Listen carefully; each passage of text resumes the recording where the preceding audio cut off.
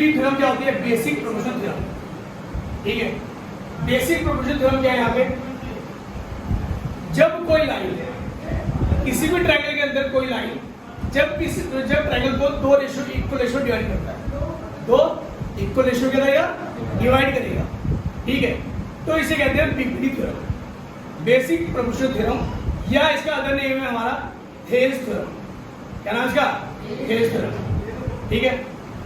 इसमें क्या है यहाँ पे? गिवन क्या है? ये देखो यहाँ पे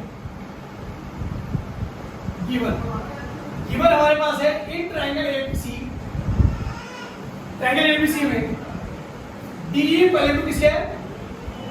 बीसी के, ठीक है। अब मेन बात क्या है वो सीखो यहाँ पर।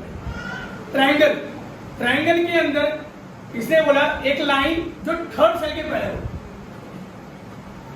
दिमाग लगाओ। ट्रायंगल एबीसी है मेरे पास, एबीसी है। अब यदि मैं बी को यूज करूं, ए बी को यूज करूं और ए सी को यूज करूं, तो थर्ड साइड कौन सी है मेरे पास? बीसी, बीसी है। इसी कंडीशन में यदि मैं ट्रायंगल एबीसी है मेरे पास और मैं ए बी को यूज कर रहा हूं और बीसी को यूज कर रहा हूं, इस कंडीशन में थर्ड साइड कौन सी है? ए सी है ना। अब इसी में यदि ट्रायंगल में एबीसी लिया, मैं बीसी को यूज कर रहा हूं और एसी को यूज कर रहा हूं, इस बार थर्ड साइड कौन सी मेरी? तो थर्ड साइड का मतलब क्या है? जब हम ट्रायंगल के अंदर दो साइड को यूज कर लेते हैं तो बची हुई साइड हमारी क्या कहलाती है? Third side. क्लियर समझिए? तभी इस क्वेश्चन के अंदर बोला है कि जब कोई लाइन थर्ड साइड के पहले हो, इसका मतलब क्या है?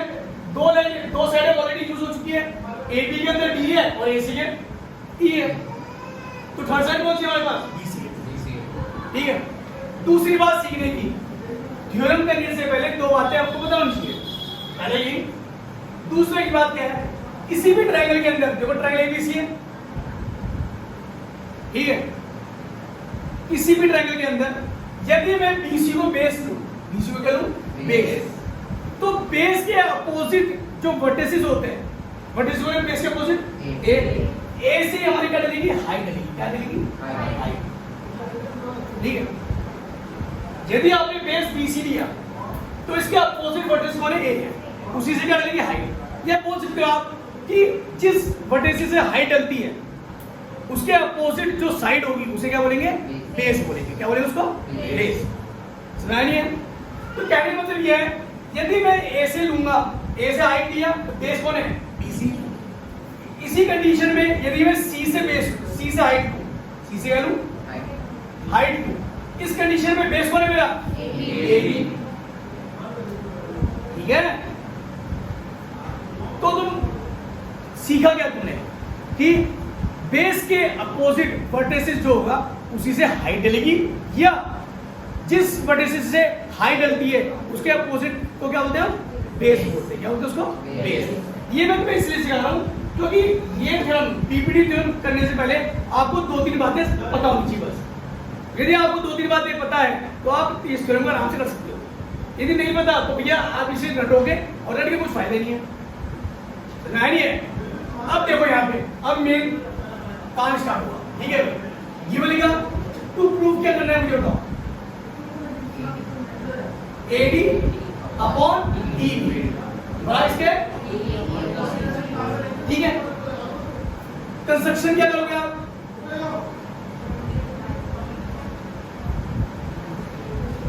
कंस्ट्रक्शन, क्योंकि बिना कंस्ट्रक्शन के कोई भी थ्योरम प्रूफ नहीं होती, ठीक है। कंस्ट्रक्शन आपको करनी होती है। अब दिमाग लगाओ तुम्हें यहाँ पे, ये मेरे पास ट्रायंगल था, देखो यहाँ पे ढंग से देखना, ठीक है। अब यदि मैं ADE एक ट्रायंगल लूं, दूसरा ट्रायंगल DBE लूं, ठीक है। देखो फिर से बता रहा हूं मैं, एरिया ऑफ ट्रायंगल क्या होता है? Half into base into height, ठीक है।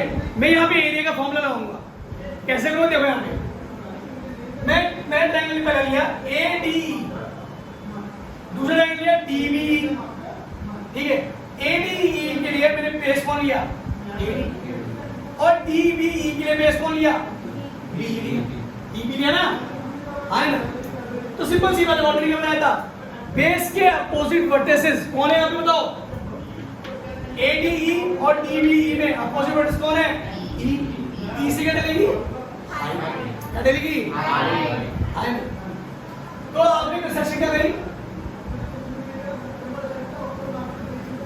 ज्वाइन किया B2 E और क्या किया आपने? हाइट डाली। ये क्या करा आपने? एंड EM परपेंडिकुलर पे नहीं। अब जो है क्या इन ट्रायंगल्स में भाई ADE इन ट्रायंगल ADE तो फिर बता दूं ADE और दूसरा ट्रायंगल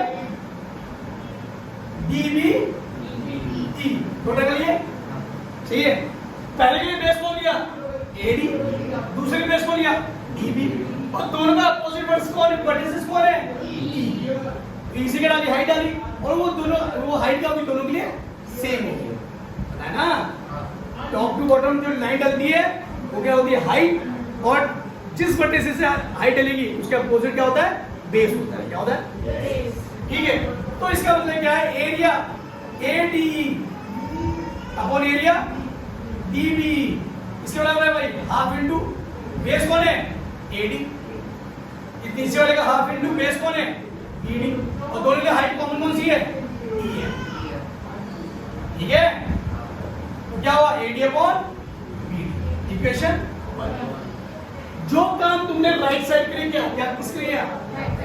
वही सेम काम किसी ने लेफ्ट साइड क्या करना है? Left side. बहुत इजी थ्योरम है। इस थ्योरम के अंदर कुछ भी ऐसा नहीं है जो तुम्हें बहुत हार्ड हो।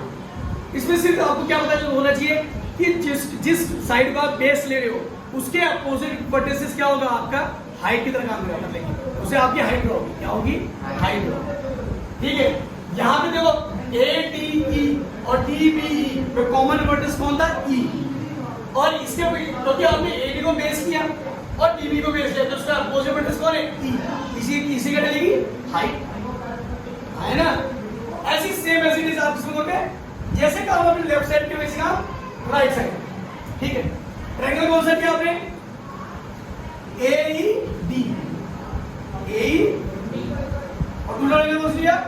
ECD कौन सा लिया? कोई कंस्ट्रक्शन करी है ना?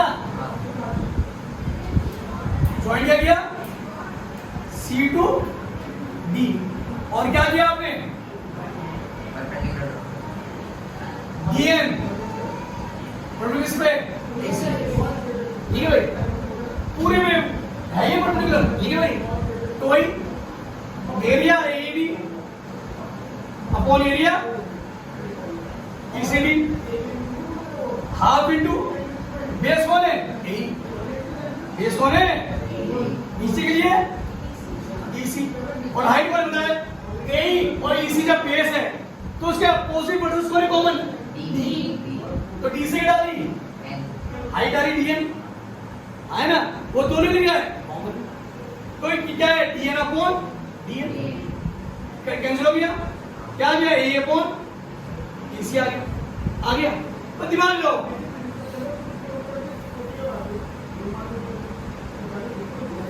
वैसे आपको प्रूव हो चुका है। अब दिमाग लो क्या करना है? नीचे वाले दोनों अलग हाँ ऊपर वाला तो एक ही ना ट्रायंगल ADE हो या AED हो बात एक ही है पर नीचे वाला आपका जो ट्रायंगल एरिया वो दोनों अलग है। अब यहाँ पे क्या काम करेंगे सुनो। यहाँ पे आएंगे 9 का बताया ना आपको? 9 का बताया? 9 की थ्योरम क्या थ्योरम थी? Two triangle are on the same base and between the same parallel. ठीक है। जब भी दो ट्रायंगल सेम बेस में होते हैं और बिटवीन सेम पैरेलल के बीच में होंगे तो उनके एरिया क्या होंगे? इक्वल। क्या होंगे? तो इसकी कंडीशन में क्या होगा आपका? यहाँ के बट का मतलब होता है चेंज करना। क्या होता है? चेंज करना। जब भी आप कभी ऐसे थ्योरम करते हो तो बट का मतलब होता है चेंज करना। आपने चेंज किया, आपने क्या चेंज किया? एरिया कौन सा? ECD। इसका मतलब एरिया DB ठीक है, क्यों है ये? Bye theorem. थ्योरम लिख सकते हैं, कोई बात नहीं, क्योंकि लेवल 9 की थ्योरम है, आपके पास है नहीं, ठीक है, तो आप बाय थ्योरम लिख सकते हो, ठीक है। यदि किसी को लिखना है तो ये लिखता है two triangle are on the same base and between the same parallel line are equal in area, ठीक है। कुछ भी लिख सकते हो, हमने ये लिखा, कोई दिक्कत नहीं। तो इसके बाद क्या करिए, एरिया कौन सा लिया आपने? ऊपर वाला एडी, देखो आपने नीचे वाला चेंज किया सिर्फ, ईसीडी की जगह क्या ले लिया आपने? डीबी, इससे हो गया ए अपॉन ईसी, इसको डालेंगे इक्वेशन, ठीक है, डालेंगे। अब क्या करेंगे? फ्रॉम इक्वेशन 1 में क्या करा आपने जगह पे? दो ट्रायंगल एक की तरफ, क्या है हमें जगह निकालना, ये और ये आपस में करोगे, हाँ ना?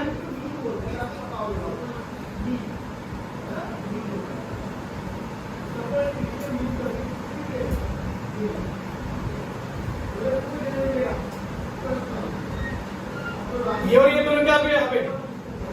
अगर ये ट्रायंगल और ये दोनों करोगे, हाँ है ना? तो क्या है यहाँ पे? एडी अपॉन बीडी, इसका नाम क्या? ए अपॉन ये इसी पे हम आपके दो क्वेश्चन करेंगे, ठीक है। पहले क्वेश्चन में यहाँ पे क्वेश्चन मुझे दे रखा है, यहाँ पे ये 1.5, ये 3 और ये 1 है और ये 5 है आपको, ठीक है। ये 1.5 सेंटीमीटर, ये 3 सेंटीमीटर, ये 1 सेंटीमीटर और ये आपको इसी 5 है, ठीक है। गिवन क्या आपको वही दे देगा जो यहाँ पे, कि आपका एक नंबर का ये आता है, 3 नंबर है, 4 नंबर आता है थ्योरम, 1 नंबर में ऐसे क्वेश्चन आ जाते हैं। इसमें कुछ नहीं करना, क्या लिखना है? ट्रायंगल क्या लिखना है? एबीसी, और क्या लिखना है यहाँ पे? डी पहले तो इसके बीसी, ठीक से बोले सीधी बात है, एडी अपॉन डीबी इसी को ले ए upon EC by EPT theorem, देख सकते हो आप, ठीक है। अब यहाँ पे बोले, यहाँ पे 1.5 अपॉन 3 इक्वल इसके 1 अपॉन ईसी, ईसी को लेता हूँ, क्रॉस कर दो, 3 अपॉन 1.5 0, 30 अपॉन 50 कितना आया? ईसी को 2 सेंटीमीटर, ठीक है। इसी तरह एक क्वेश्चन देख लो, एबीसी ट्रायंगल, यदि ये आपके पास ये 7.2 सेंटीमीटर, ये 1.8 सेंटीमीटर और ये 5.4 सेंटीमीटर, यहाँ पे आपको 85 करना है। आप वही लिखोगे, इन ट्रायंगल एबीसी क्या है यहाँ पे? डी इक्वल टू इसके बीसी, ठीक है। तो यहाँ पे हो गया एडी अपॉन डीबी, इसको ए अपॉन ईसी। फिर से बता दो, यहाँ पे गिवन ये होगा आपके पास ट्रायंगल, और इन ट्रायंगल के अंदर कोई लाइन थर्ड साइड के पैरेलल, इसको इंटरसेक्टिंग लाइन बोलते हैं। A line intersect two sides which is parallel to third side, आप यही बोल सकते हो, ठीक है। तो यहां बाय बीपीटी थ्योरम, एडी क्या है यहाँ पे आपको फाइंड करना है, ये क्या है 7.2 सेंटीमीटर, ये कितना है 1.8 सेंटीमीटर, ठीक है। और ये कितना है, तो आप क्रॉस करोगे पहले 1.8 इंटू 7.2 5.4। बहुत से बच्चे क्या करते हैं, यहाँ पहले मल्टीप्लाई करते हैं, मल्टीप्लाई नहीं करना भाई, यहाँ क्या करना पहले पॉइंट को हटाओ, पहले मैथ को मल्टीप्लाई करने से पहले इजी फॉर्म लगाओ पहले। और यहाँ पे 18 3 जा 54 और ये कितना है 24 अपॉन 10। बहुत से बच्चे क्या करते हैं 24 अपॉन 10 हो गया, करेंगे 2 से 2 5 या 10 2 ये ऐसे करेंगे, ये नहीं करना। जब भी आप मल्टीप्लाई करते हो 10 या 100 से, या डिवाइड करते हो 10 या 100 से, तो आप इसका शॉर्टकट मेथड यूज करते हैं, ठीक है। जो आपने 7 में सीखा होगा, मल्टीप्लाई विद 10 100 या 1000, डिवाइड विद 10 100 और 1000। जब भी आप 10 या 100 या 1000 से मल्टीप्लाई डिवाइड करते हैं तो उसका आप शॉर्टकट मेथड यूज करते हो। कैसे? यदि आपके पास ये है 24/10 है, दैट मींस क्या है 10 का मतलब क्या है, एक प्लेस आ जाएगा 2.4। ऐसे यहाँ पे 100 होता है तो 0.24, यदि 1000 होता है तो 0.024। यहाँ पे यदि 2 2 जा 5 2 2 5 2 5 10 2 12 ऐसे नहीं यूज करना, ठीक है। हमें कैसे यूज करना है हमेशा शॉर्टकट फॉर्म। समझ आ गया? ये इंपॉर्टेंट है। क्रॉस करने के बहुत से बच्चे करते हैं क्रॉस करने के साथ में मल्टीप्लाई कर देते हैं, वो कभी यूज तो करना। आप पहले मल्टीप्लाई करोगे फिर उसके बाद कैंसिल करोगे, ये नहीं होता, पहले आप कैंसिल करके देखो, यदि कैंसिल होता है तो ठीक है, नहीं होता है तो क्या करो, उसको आप ऐसे ऐसे यूज उसको सेम ऐसे लिख दो, ठीक है। देन उसके बाद उसको पॉइंट के 2 प्लेस तक डिवाइड करो, ठीक है। ये नहीं कि आप उसको कहीं मल्टीप्लाई करके करोगे, क्योंकि मेन बात ये 1 नंबर क्वेश्चन है, तो 1 नंबर का क्वेश्चन इसका मतलब क्या है, आपका 5 से 15 मिनट तक, ये 15 सेकंड में ये क्वेश्चन हो जाना चाहिए। यदि 5 से 15 सेकंड तक यदि आपका क्वेश्चन नहीं हो रहा है 1 नंबर का, तो उसका मतलब क्या है, या तो आपकी कैलकुलेशन दिक्कत है या आपने प्रैक्टिस नहीं की है, ठीक है।